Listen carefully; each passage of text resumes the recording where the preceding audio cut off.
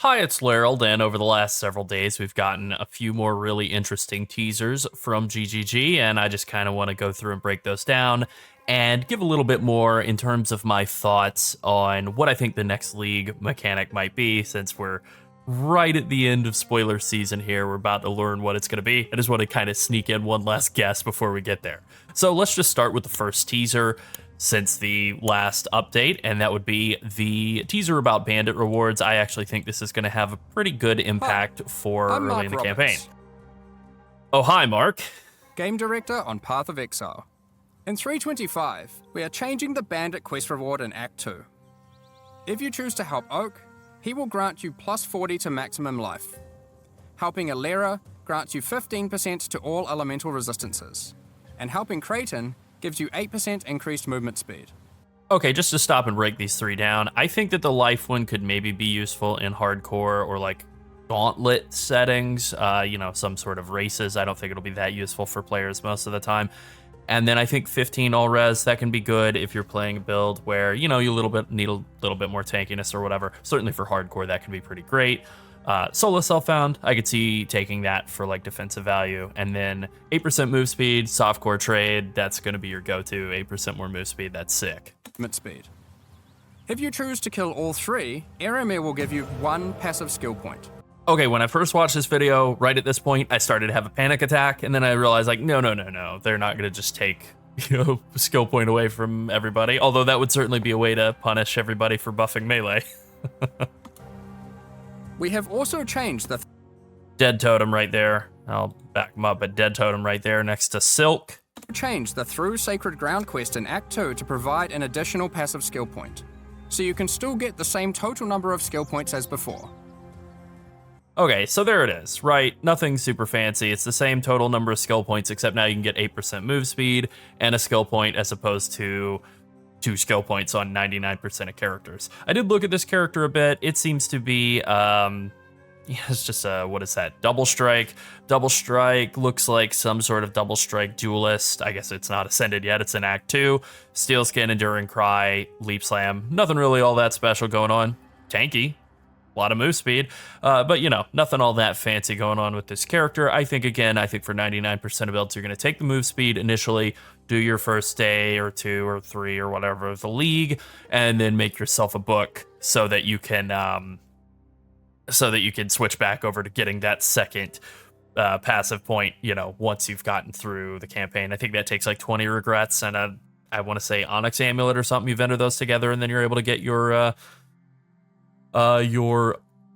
whatever his name is, Aramir reward. So I think that'll do.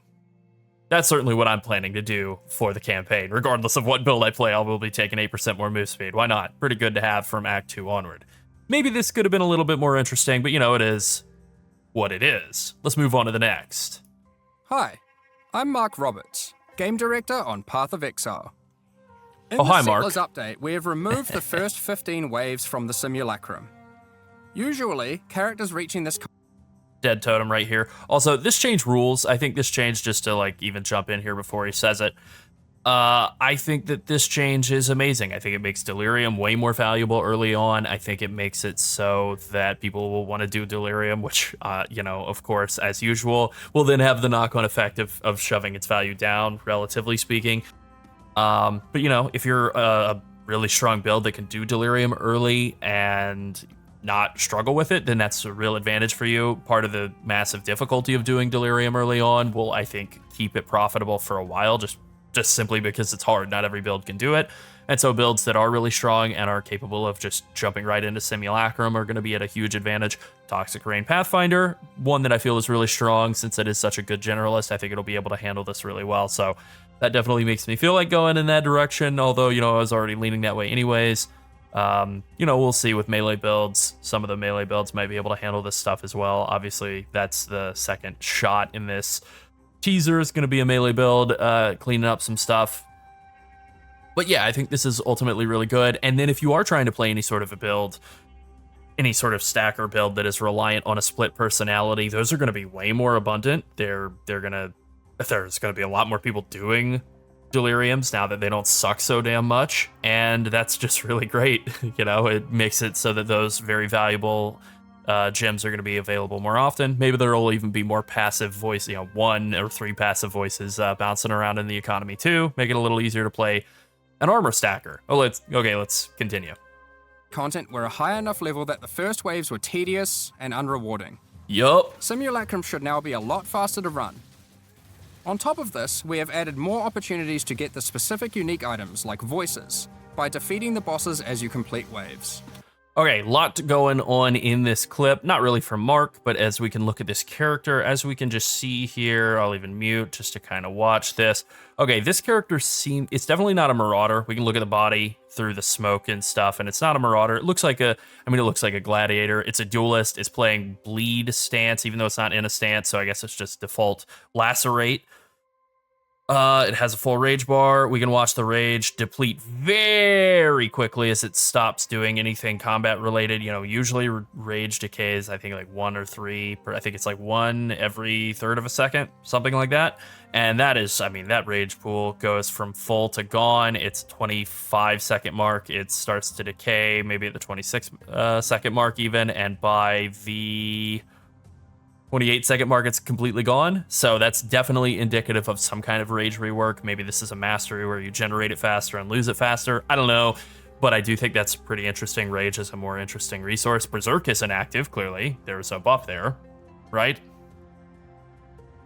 What I am curious about is, what is that? I recognize that buff, and yet I don't know what it is. I've been looking around. I'm sure it's just something I've forgotten, but I don't know what that buff is. You'll note that it is increasing as he's attacking, sort of. 22% of something, 24 now, and then, and then it falls off. So I can't remember what that buff is. I've looked around. I couldn't figure it out. I'm sure maybe it is something new. Maybe it is something that exists, but either way. Interesting stuff in this teaser. Definitely very good for the game, for Delirium to just, be good and appealing. Simulacrums, rather. I guess both. They're related. Hi, I'm Mark Roberts. Oh, hi, Mark. Director on Path of Exile. Notice anything different about this map hover? Well, yeah. Okay, so the first thing people pointed out is the Voidstone thing just being completely gone, but they said that that's not indicative of anything, just a mistake on their part, which is fine. In the Settlers of... Okay, the very first thing I noticed on this map hover, they're saying, of course, Delirium cards will show up in game. I think that's great. I think it's good to have community resources like the wiki. Excellent. But the more information that's available in game and at the hover of a mouse or click of a button, the better. But as you can see, this is a burial chamber. Blah, blah, blah. Burial chamber. And Burial Chamber doesn't have the Doctor in the list. It has Brother's Gift now instead, which is fascinating. But yeah, that's very strange that Brother's Gift it would be there instead of the Doctor. So where Doctor go? And then again, we can see Grotto map, Primordials in there. Cards can drop there. You can find out more about... I'll just stop and look at that last one here in a second. The last one was hovering over a Poor Joy's Asylum, so this will even show for unique maps, and then the Fiend is in there, which that's in Poor Joy's Asylum already. So we see some stuff has changed, so, gloves and whiteout and stuff being in Glacier map, that's pretty normal.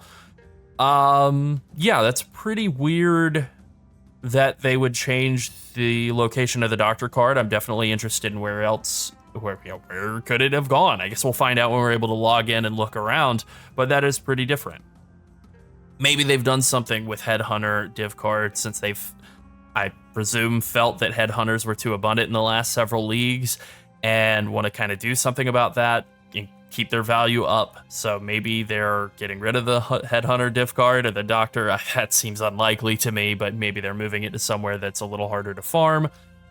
I guess we'll see. Additionally, there was something down here, I can't really pause it because of YouTube timeline thing, but this, what are you? I looked at this, I looked around for this. It clearly is arrows flying through the air. I looked through all the possible arrow attack skills, couldn't find this. Maybe there's something that I'm missing, but what are you? What is this skill that's on W? Don't recognize it. Interesting. And then also Dead Totem over here, and Anarchy and Torment as our top two things, so it looks probably like Essence won't be on the map device, although, that can change. We'll see. But anyhow, that's I think that's all from this teaser. let's move on. Hi, I'm Mark Roberts, game Oh, hi, director Mark. on Path of Exile. In the Settlers update, Valdo's puzzle boxes will be far more common.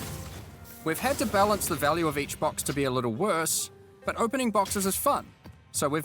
Agreed. And also, I also noticed that the drop rate of Valdo's puzzle boxes really went down from Affliction League into Necropolis League. I've played all league long, and I maybe only got like half a dozen Valdo's puzzle boxes or something throughout this entire league. And so, you know, as a result, the price of them was very high. So I don't even think I opened any of them. I think I sold them all because it's like, I'm not going to gamble on like 6 divines. I'll just sell the thing to somebody else who's willing to gamble. Why not?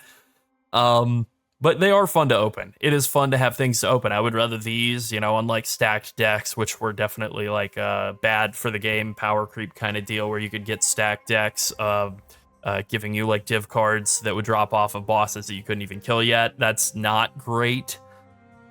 But this is great. This just gives you access to absolutely like freakishly difficult maps that will delete your character for you. That's fine, you know?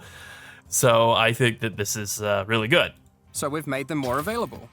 Don't worry though. We've kept the total number of Mage Bloods introduced into the economy from Valdo's puzzle boxes identical. Great. So still, I'll never ever see a Mage Blood Valdos map. That's fine. You know, my Valdos map that I put into the game was a Progenesis anyways. So, you know, yeah, I think it was a Mesa map with a Progenesis, if I remember correctly. So yeah, that's a pretty nasty looking Mage Blood map. Pretty much all of the Mage Blood maps will like void your character or just be completely unplayable, as is custom. Okay, so I spent a while looking around for the totem in this teaser. I couldn't ever find it in the second teaser video. I looked for ages, I could never find it, but I'm pretty sure it's this little thing right here. I'm pretty sure that is the totem in this video. And I'm gonna have to accept that that's it because I spent a while looking around in the background and I could never find it anywhere, and that's the only thing that remotely looks like a totem. Now, another thing that I thought was pretty interesting in this is we're watching a guy using 3 war cries. This seems to be, I can't tell if it's a marauder or a duelist. He's kind of a big boy. I think he's oh, that's a marauder. Yeah, that's a big old marauder boy. He is a big boy and he's using earthquake and he's using 3 different flavors of war cry. I had these all pulled up and then I guess I closed them. I believe he is using, what is that, seismic, intimidating, and let's just go through the list here. Seismic cry. Yeah, that's seismic cry over there on the Q. Rallying cry on the W, and then I think that's intimidating on the, what is that, R keybind? Yeah, seismic, rallying, and intimidating. So seismic exerts 4. Rallying exerts 5, and intimidating exerts 2. And now watch as he hits them and see how many they exert. We get 12 instead of 4 on the seismic. We get 10 instead of 5 on the rallying, and we're gonna get 4 instead of 2 on the intimidating. Boxes will be now, maybe this is some new move on their part. Maybe this is a new mastery. Maybe this is just a wholesale buff to war cries. But clearly, you know, triple the previous value on the seismic cry, and then double on the rallying and intimidating. So a lot more attacks being influenced by war cries. I'm guessing there will be some sort of benefit to actually self-casting these as opposed to automating them all. They are clearly not all automated. You know, he's stopping and yell, yell, yell, slam, and then they're hitting pretty hard. That is kind of the gameplay loop that Melee really want, especially slam builds really would prefer to have, and they're not linked up to anything. They're just linked up to life tap. And yeah, you know, I think that looks definitely very appealing. I think it is exactly what people have been expecting now through all of these teasers. It's going to be war cries and slams as the sort of approach for Melee as opposed to having to set totems. And I think that is definitely going to be a lot better for the game. Okay, now I'm going to close since I think that's basically all we're going to get out of the teasers. Now I'm going to close with this incredible flashbang. Oh my god. All right, so what do I think Settlers of Calgar League is going to be? What is the mechanic going to be? So I looked up Settlers of Catan because I don't think I've ever played it. I don't know what it is. It seems to be some sort of board game. I saw a picture of some dudes from 20 plus years ago playing it. Yeah, looks very cool. So as far as I can tell, it's basically Age of Empires 2, but with hexagons on a kitchen table instead of computers, and more importantly, they're like these big hexagonal tiles throughout, and the only other thing I could really think of that had tiles like that was synthesis. And so I kind of think that the League mechanic is going to involve, since they've teased us with a boat, I don't think they're going to bait and switch. I think it's going to involve some boats along the way, but then also kind of roaming around new parts of the world, as I've written here, like a combination of expedition, logbooks, delve, and synthesis. That is a bit of a combination, but I really am thinking something along those lines. And then finally, I realized something as I was writing this all up. I cannot believe I didn't include this in the bingo board, but the idea of a ritual revamp, of course that's going to happen, right? I remember Chris long ago describing synthesis as being their version of Carcassonne, and so I looked up Carcassonne, and this isn't really relevant to anything, but apparently it's a German-style board game. Didn't know they had those. Just a fascinating thing that I learned today. German-style board game, apparently that is a classification that exists and even has its own wiki page, so enjoy that. All right, and I think that pretty much wraps things up. I'm very, very excited for this league. I hope you are too, and thanks for watching. Bye.